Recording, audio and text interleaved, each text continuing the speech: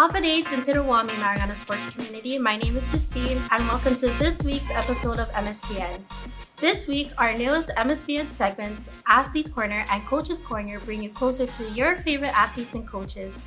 With highlights from the Saipan Baseball League opening ceremony, we also bring you closer to the game of baseball. Stay tuned! Today, we have a very special guest who needs no introduction in the bodybuilding community.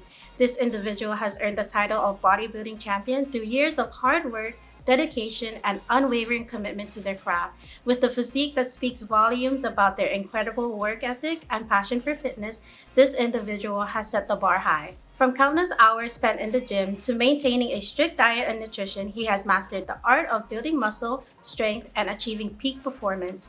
Their success on the stage is a testament to their unwavering focus and determination. We are truly honored to have this exceptional athlete with us today, and we can't wait to hear their insights, experience, and tips for achieving success in the world of bodybuilding. So without further ado, let's give a warm welcome to our very first guest, the 2022 Dee Clayton Classic Champion, who will also be representing the CNMI at the Solomon Pacific Games this year, Mr. Javin Okawa.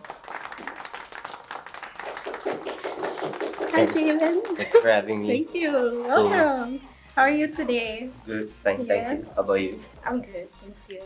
So why don't you tell our audience about your bodybuilding journey so far?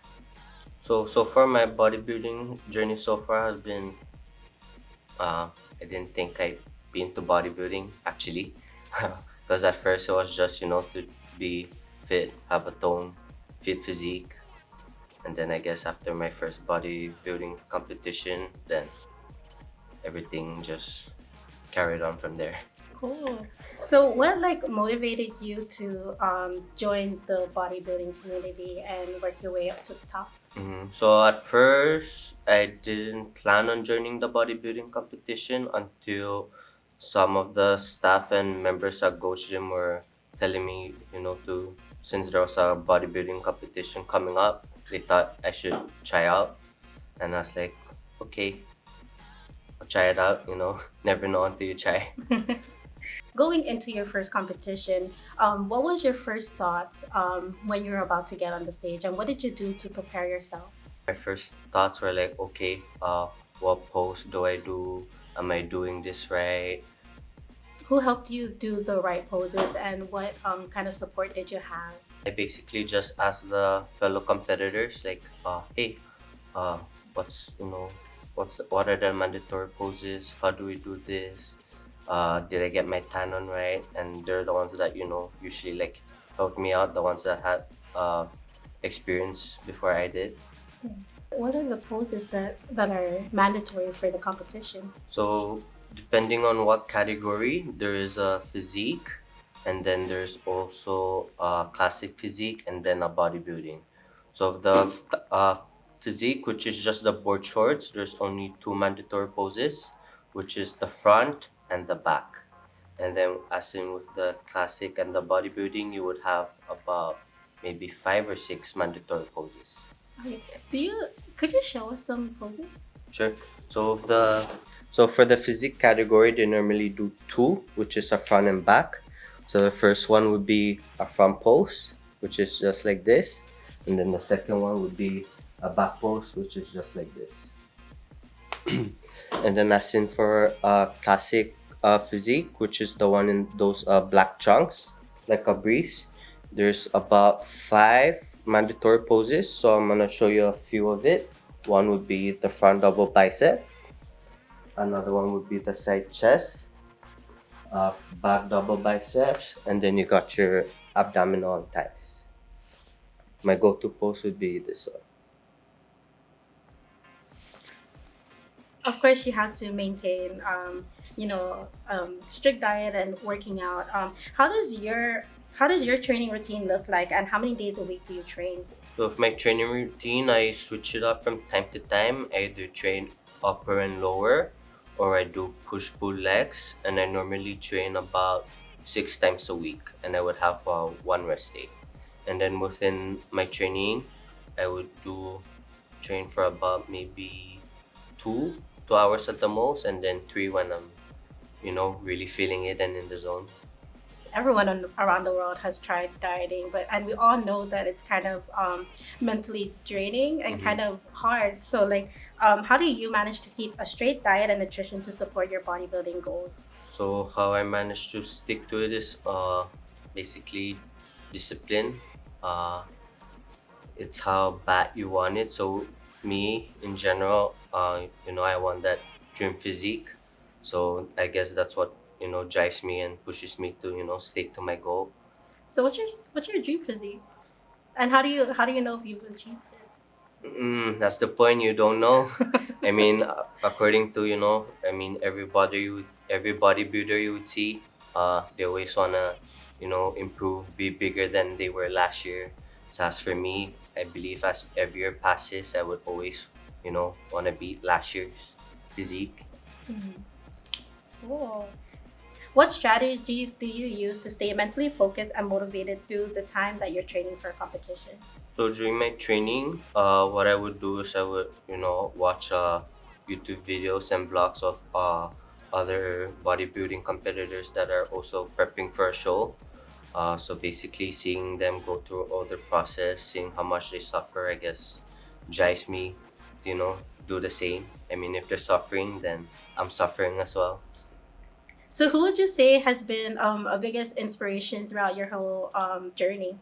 So from my so it narrowed down to about maybe two people. So at first, when I did physique, it was Stephen Cow, which was just the one in the board shorts. And then when I got into classic, it narrowed down to Christopher Bumstead, which is a four-time Olympiad champion right now. Cool. I plan to keep it natural, Organic. yeah, organic. Cool. So, we mentioned you representing the CNMI this year at Solomon Pacific Games.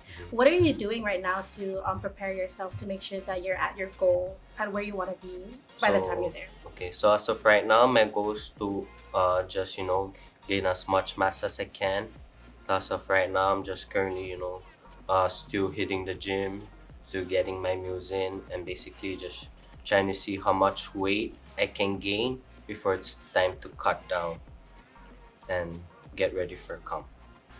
So, what is your process look like for your competition?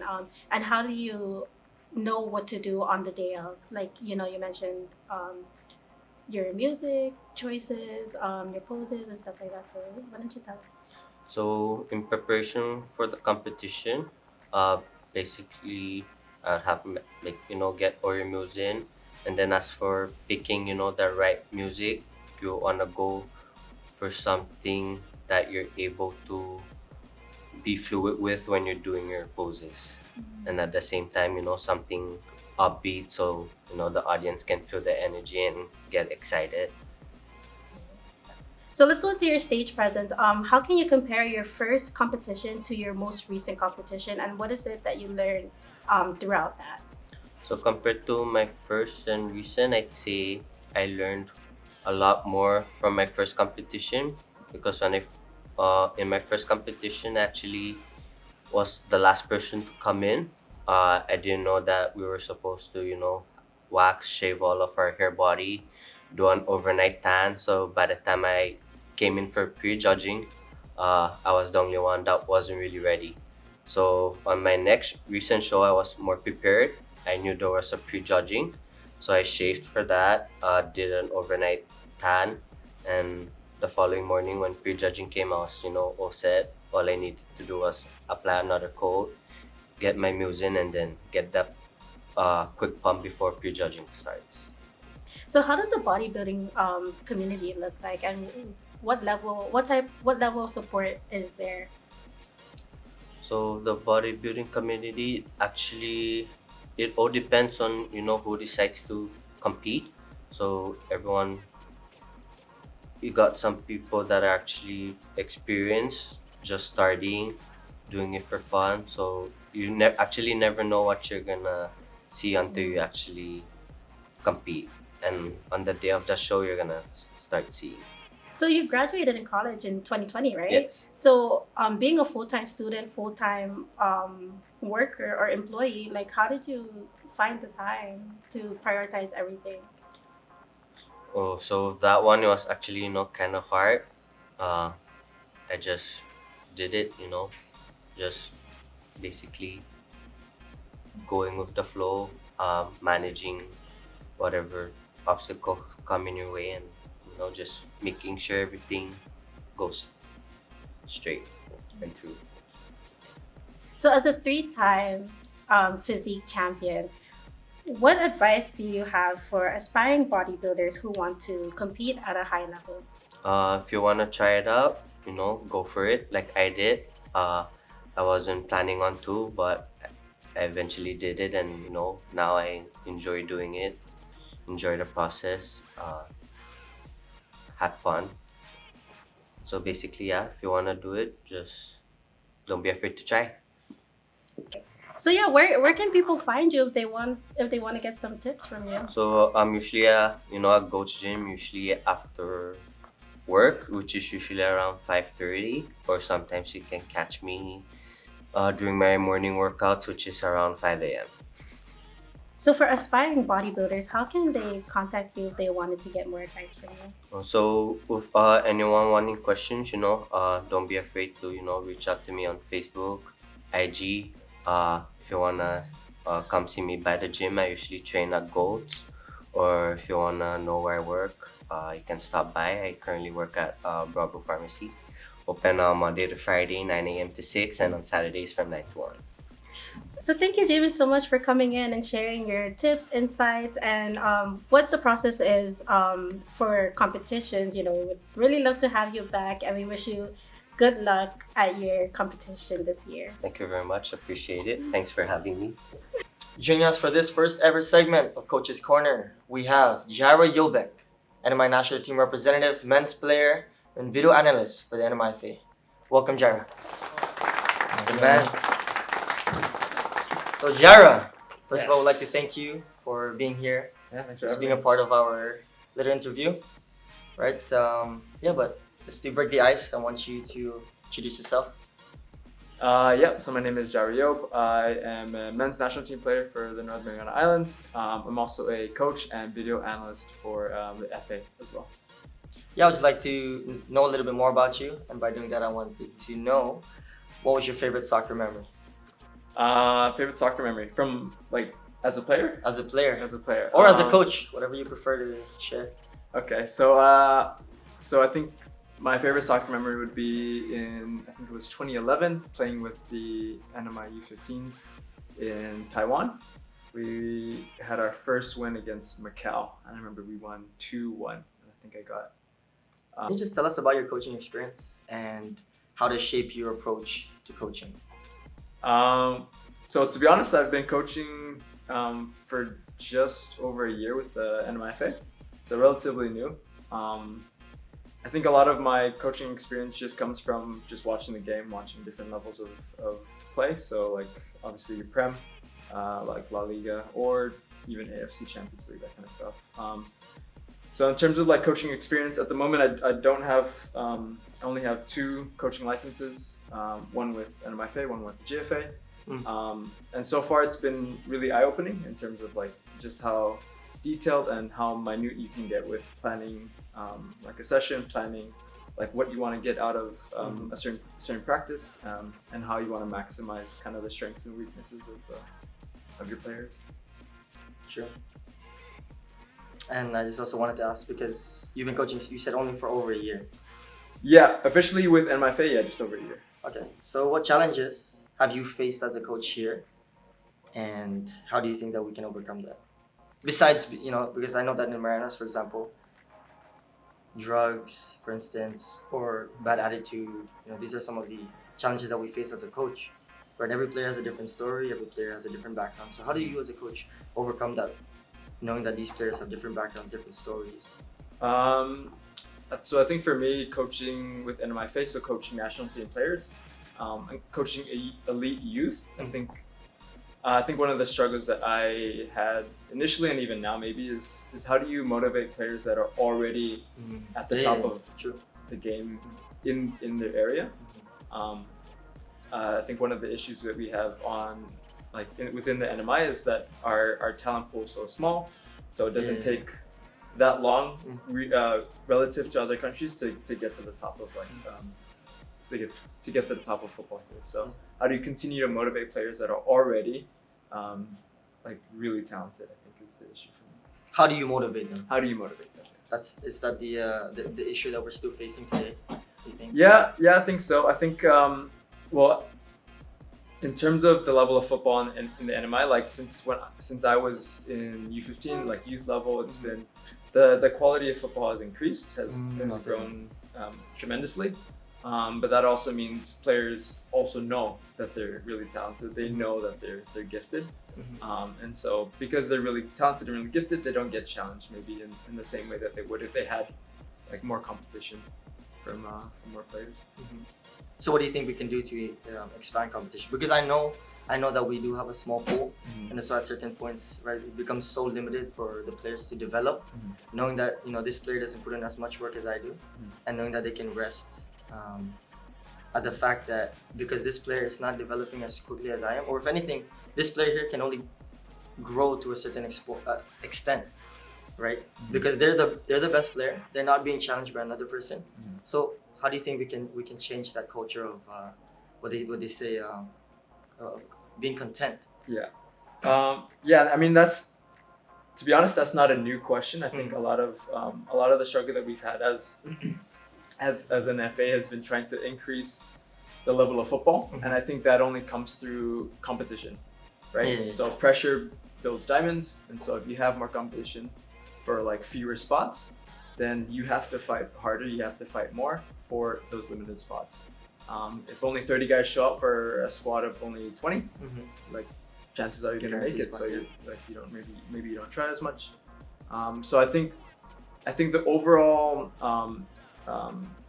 issue that like the FA is trying to address is how do you increase the number of players, right?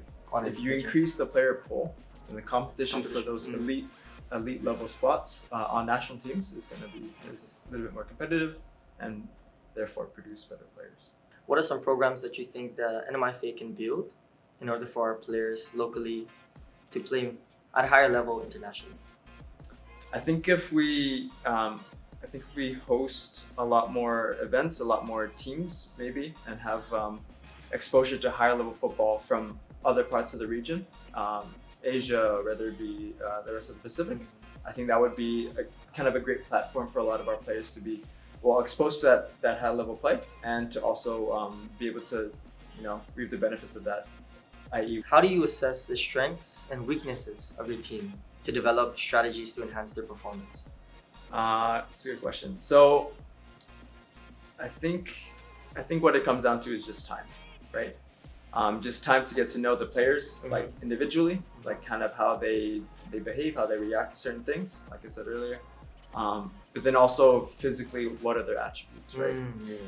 And how do we maximize their cohesion together to provide the best result? So I think, what I think is most ideal is time.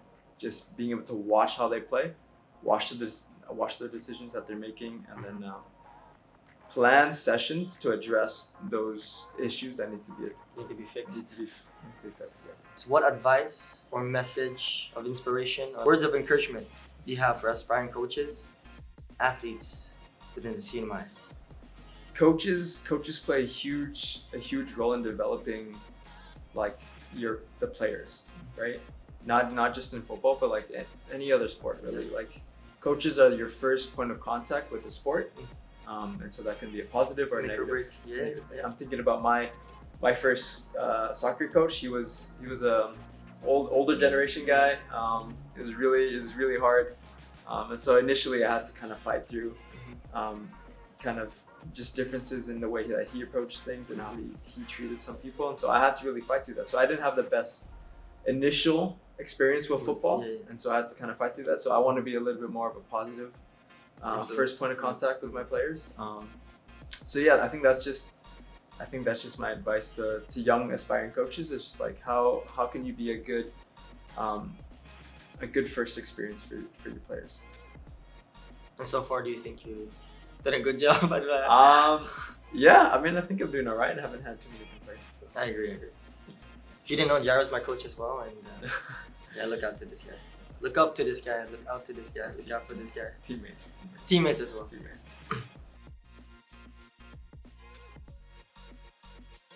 What a thrilling game it was between the CK Bears and the Brewers. The CK Bears came out and quickly established their dominance in the first inning as the Brewers pitcher was still finding his groove. This allowed 2 consecutive runners from the CK Bears to reach home plate.